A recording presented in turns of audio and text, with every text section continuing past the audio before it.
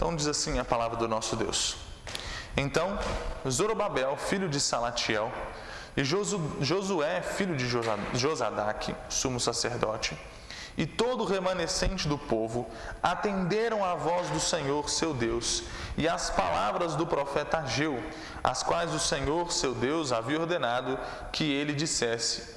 E o povo temeu diante do Senhor. Então Ageu, o enviado do Senhor, falou ao povo segundo a mensagem do Senhor, dizendo: Eu estou com vocês, diz o Senhor. O Senhor despertou o espírito de Zorobabel, filho de Salatiel, governador de Judá, e o espírito de Josué, filho de Josadaque, o sumo sacerdote, e o espírito de todo o remanescente do povo. Eles vieram e começaram a trabalhar no templo do Senhor dos Exércitos, seu Deus. Era o 24º dia do 6º mês, do 2º ano do reinado de Dario. Santo Deus, fale conosco, porque nós precisamos ouvir a Tua voz. Dirija-nos nesse momento de reflexão na Tua palavra e mais tarde também no momento que nós nos retiraremos em oração ao Senhor Deus por tudo que o Senhor tem feito. Em nome de Cristo Jesus é que nós oramos. Amém. Eu fiquei me perguntando ao ler esse texto, o que nós faríamos se Deus se manifestasse visivelmente como Ele se manifestou ao povo de Israel? Se nós estivéssemos parados, assentados aqui no culto, e do nada os montes aqui atrás começassem a pegar fogo e nós ouvíssemos uma audível voz dos céus dizendo: Igreja Presbiteriana de Morungaba, façam isso. Será que nós obedeceríamos a Deus? Será que nós atenderíamos a Sua palavra de forma pronta, veloz e rápida? Nós pensamos que sim. Eu gosto de pensar que sim. Que se nós ouvíssemos a voz do nosso Deus de forma clara, audível, como nós ouvimos a voz uns dos outros, de que nós prontamente nos arrependeríamos dos nossos pecados, nos dirigiríamos a obedecer, a atender a Sua voz e tudo aquilo que Ele nos manda e tudo aquilo que Ele nos mandou. Muito disso é porque nós nos consideramos melhores do que aqueles que estão no passado. É normal que exista um certo nível de orgulho histórico ou de desprezo histórico pelos erros daqueles que viveram muito tempo antes de nós. No Twitter, a plataforma lá, hoje é a plataforma que mais destila ódio na internet, semana passada, as pessoas estavam cancelando ou dizendo que não era mais para ler, não era mais para se dar ouvidos, não era mais para se considerar o famoso pastor e teólogo Jonathan Edwards, porque ele teve escravos. E pensando nisso, esse é um exemplo desse exibicionismo histórico, porque nós achamos que se nós estivéssemos na época de Jonathan Edwards, se nós fôssemos ele, nós seríamos melhores que ele e não teríamos escravo. Nós gostamos de pensar que nós somos melhores do que as pessoas que viveram no passado e que não cometeríamos os erros dela, quando na verdade, se nós fôssemos Adão e Eva, se nós fôssemos o povo de Israel, ou mesmo Jonathan Edwards, nós provavelmente cometeríamos os mesmos erros e os mesmos problemas. Esse povo aqui, que voltou do exílio, tinha visto diversas manifestações de Deus durante o tempo. Eles tinham ouvido falar dessas manifestações de Deus, do monte pegando fogo, da coluna de nuvem, da coluna de fogo durante a noite. Tinham ouvido dizer da conquista do povo. Tinham também ouvido dizer do exílio e como Deus profetizou os 70 anos que passariam e como aquilo tinha se cumprido e como eles agora voltaram. Mas eles mesmo assim, como nós vimos na semana passada, viviam uma tremenda letargia, uma tremenda morosidade para cumprir aquilo que Deus tinha os mandado e tinha os comissionado para fazer. Eu lembro que semana passada eu disse que as desculpas deles eram duas. Eles não tinham recursos e eles estavam enfrentando oposições externas. Eles tinham recursos. O rei tinha mandado recursos para eles quando eles foram para lá construir. Provavelmente, inclusive, eles utilizaram recursos que tinham sido direcionados pelo rei Ciro para o templo para construir as próprias casas dele. E as pressões externas, nós já vimos que todas caíram por terra quando o povo ou quando eles obedeceram e atenderam à voz do Senhor. Hoje nós vamos ver o que nós mais precisamos para podermos servir ao Senhor. O profeta então, ou Deus então, fala com o povo, pede para que eles considerem o tempo deles, para que eles considerem a vida deles, para que eles considerem aquilo que estava acontecendo.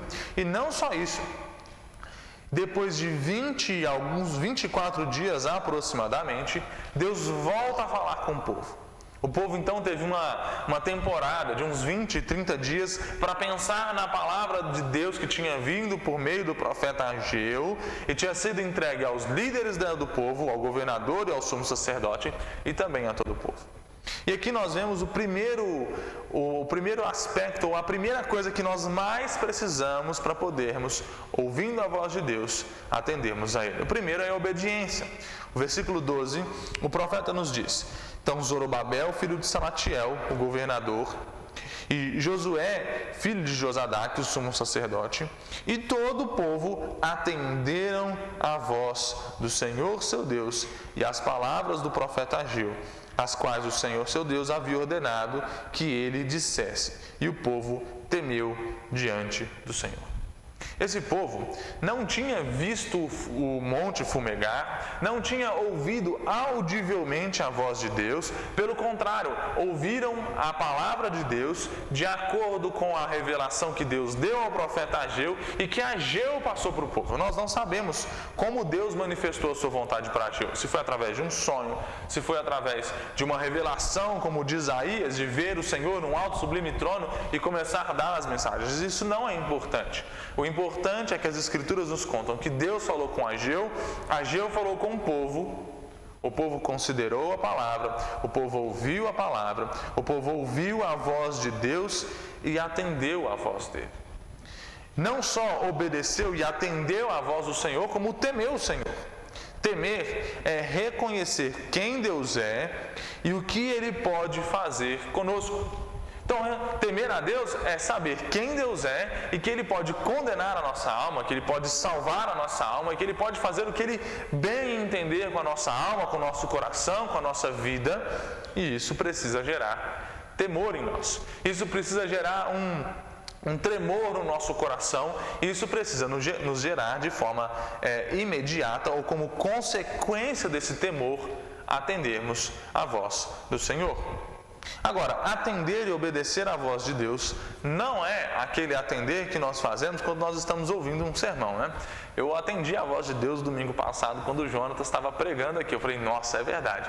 Mas já se passaram 2 dias e eu não obedeci àquilo que o Senhor Deus tinha me chamado a fazer através da pregação do nosso pastor, do reverendo Jonatas.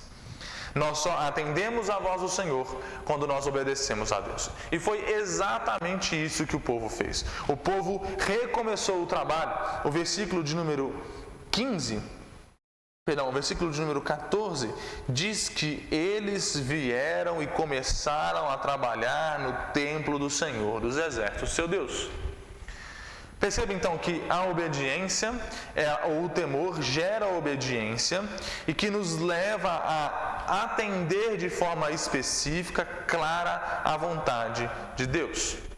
Eu espero que nós tenhamos ouvido a voz de Deus através do primeiro sermão em Ageu, através do sermão de Sofonias no domingo passado, através do sermão em Efésios no domingo que vem, e que nós possamos transformar aquele convencimento que o Senhor Deus nos dá durante o momento da pregação e transformar isso em ações práticas, em temor, e um temor que obedece.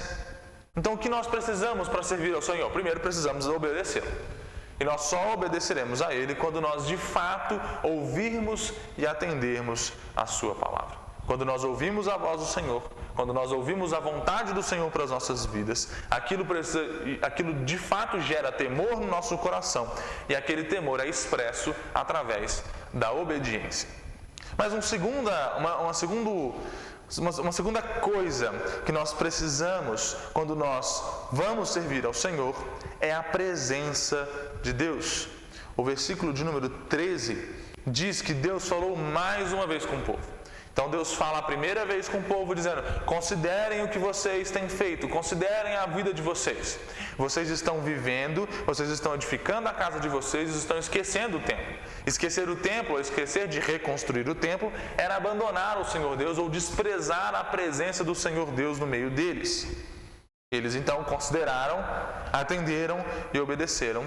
E Deus fala mais uma vez com o povo por meio do profeta Ageu, e ele diz: eu estou com vocês. Aqui, por mais que nós, para podermos servir a Deus, precisamos de fato obedecer a Deus, porque nós servimos quando obedecemos, talvez a joia da coroa do serviço a Deus seja essa consciência da presença de Deus com o seu povo e com a sua igreja. O profeta diz, quando o povo se dispõe a obedecer ao Senhor, quando o povo se dispõe a servir o Senhor, que está com eles. Deus disse a eles: eu estou com vocês. O fato do profeta e de Deus dizer que estava com eles e estar com eles, logo jogou todas aquelas desculpas que nós não cansamos de ouvir para o segundo plano. O povo voltou a servir ao Senhor, o povo voltou a reconstruir o templo ou se direcionou para lá. E eu queria te convidar a dar uma corridinha com a sua Bíblia, uma voltadinha aí na sua Bíblia, lá para o livro de Esdras. Esdras é a narrativa histórica, ou a parte das escrituras históricas onde Deus demonstra aquilo que estava acontecendo no contexto, de forma prática e verdadeira durante os dias do profeta Ageu. Inclusive, o livro de Esdras registra que Ageu e Zacarias, que é o profeta contemporâneo de Ageu, o que começa a profetizar depois, que eles profetizaram, que eles falaram ao povo de Deus e chamaram o povo de Deus ao arrependimento. Capítulo de número 6. O povo obedeceu, e a primeira coisa que acontece depois que o povo obedece é que os seus adversários, aqueles homens que estavam ali, que mandaram a carta a Artaxerxes, que fizeram com que o imperador mandasse com que a construção parasse, a primeira coisa que eles fazem no capítulo de número 5 é escrever uma carta para Dario. Dario é o sucessor de Artaxerxes. Quando o povo começa a reconstruir, eles querem embargar mais uma vez a obra e mandam uma carta para Dario. Agora perceba, não há indícios no texto aqui, e nós vamos dar uma olhadinha nele, de que o povo, ao ouvir que os seus adversários enviaram uma carta para Dario, pararam o trabalho. Mas a grande distinção, ou a grande diferença do povo de 16 anos atrás e do povo de agora é a presença de Deus no meio dele. Porque olha o que acontece, versículo 6. O rei Dario deu ordem e foi feita uma busca nos arquivos reais da Babilônia, onde se guardavam os documentos. Em Ecbatanã, a fortaleza que está na província da Média, se achou um rolo e nele estava escrito um memorial que dizia: o rei Ciro, no primeiro ano, mandou o povo de volta. E aí olha o que Dario responde para Tatenai, o governador da região que estava ali, no povo que estava embargando a obra. E agora você, Tatenai, governador da região do Ouro, do lado do Eufrates, e também Setar-Bozenai e os seus companheiros, e os Arfarquitas, que estão do outro lado do rio, fiquem longe daquele lugar. Não interrompam a obra desta casa de Deus, para que o governador dos judeus, os seus anciões, reedifiquem a casa do seu Deus no antigo lugar. Também estou decretando o que vocês devem fazer com esses anciãos dos judeus para que reedifiquem essa casa de Deus, a saber, que da tesouraria real, isto é, dos tributos recebidos da região do Ouro, do outro lado do rio Eufrates, se pague diligentemente a despesa a esses homens, para que a obra não seja interrompida. Também lhe seja dado, dia após dia, sem falta, aquilo que necessitam: novilhos, carneiros, cordeiros para holocaustos. E o Dário continua, e o melhor é que no final ele diz, versículo de número... Versículo de número 11. Também estou decretando que se alguém alterar este decreto, uma viga seja arrancada da sua casa e que ele seja levantado e pendurado nela e que a sua casa seja transformada num montão de entulhos. Percebe que a presença de Deus fez com que o povo obedecesse à voz do Senhor. E todas aquelas desculpas que nós vimos na semana passada, falta de recursos, que foi o povo estava voltando para reedificar um local que não tinha condições próprias para o plantio, então lhes faltava comida, lhes faltava bebida, lhes faltava roupas para se aquecer, lhes faltava recursos para construir. E os impedimentos externos, a presença de Deus, façam que o povo obedeça à voz dele e façam que essas duas desculpas, que poderiam até ser verdadeiras, que poderiam até ser motivos justos para que o povo não reconstruísse, caíssem por terra. Caíssem por terra de tal forma que havia agora um decreto imperial de Dario, que era um homem conhecido pela sua rigidez e pelo cumprimento da sua palavra, de que qualquer um que tentasse embargar, atrapalhar a reconstrução do templo, seria morto e a sua casa seria transformada num montão de entulhos. E não só isso, mandou que os opositores do povo judeu dessem os recursos necessários para a construção, para o sustento deles e para que eles pudessem adorar o Senhor Deus. Esses são os efeitos da presença de Deus quando nós atendemos a sua voz e desejamos e vamos servir a Ele. Então, qual é o item mais necessário da nossa bagagem quando nós vamos servir ao Senhor? É termos a certeza de que no serviço a Deus, Deus está conosco. É impossível pensar nisso tudo e não se lembrar do Salmo 23. O Senhor é meu pastor, de nada terei falta. Ou como uma tradução interpretativa, se o Senhor é o meu pastor, aquilo que eu não tenho, eu não preciso. Deus levanta recursos, Deus levanta e cuida das nossas coisas, como nós concluímos o sermão de semana passada, quando nós cuidamos das coisas dele. E agora fica aquele desafio e aquela conclusão. O que nós estamos esperando, assim, de forma mais específica para nos lançarmos no serviço a Deus? Nós vimos que a única coisa que nós não precisamos de dinheiro, porque o Senhor Deus é o dono do ouro e da prata e Ele certamente mandará dinheiro. E eu coloco o testemunho da nossa igreja como isso, né? Nós desejávamos e queríamos servir ao Senhor com um pouquinho mais de disposição. Queríamos começar o culto no domingo, queríamos ampliar os nossos trabalhos de evangelismo. E Deus colocou a Junta de Missões Nacionais no nosso meio, que nos manda recursos há 2 anos, e que, se Deus quiser, vai nos mandar mais recursos ainda por, no mínimo, mais 1 ano. Pelo menos eu e o nosso tesoureiro estamos contando com isso, né, Maurício? E Ele mandou os recursos externos. Nós precisávamos de recursos internos. Eu sabia que, vindo para cá, o trabalho administrativo me seria muito pesado, especialmente a administração financeira. Ele foi lá e mandou um tesoureiro excelente para a nossa congregação. Eu sabia que o trabalho físico de cuidado da casa de Deus seria difícil. Aí Ele botou o Rafa e o Samuel no nosso meio. Ele colocou o Danilo por um tempo, Ele colocou a Línia. Imagina se eu tivesse que cantar ou se nós tivéssemos que seguir o playback todo domingo, ia ser uma tragédia. E Ele tem colocado as pessoas, os recursos, o dinheiro, todos na nossa mão. A pergunta que fica é: o que nós estamos esperando para dar mais um passo? Para nos dedicarmos um pouquinho mais no serviço a Deus, que pode ser servindo a esta igreja, mas também pode ser servindo da melhor forma possível ao nosso chefe, ao nosso patrão, àqueles que estão diante de nós, manifestando a vontade de Deus e a glória dele. Nós precisamos, meus irmãos, de fato, deixar de lado as desculpas, mesmo sendo motivos muitas vezes justos. Lembrarmos que a única coisa que nós precisamos para que nós possamos servir ao Senhor na obra de expansão do reino dele, na obra de consolidação do reino dele nessa terra, é da presença dele. E como nos diz o nosso Senhor Jesus Cristo no ID, né? Vão e façam discípulos de todas as nações, ensinando-os a guardar todas as coisas que vos tenho ordenado.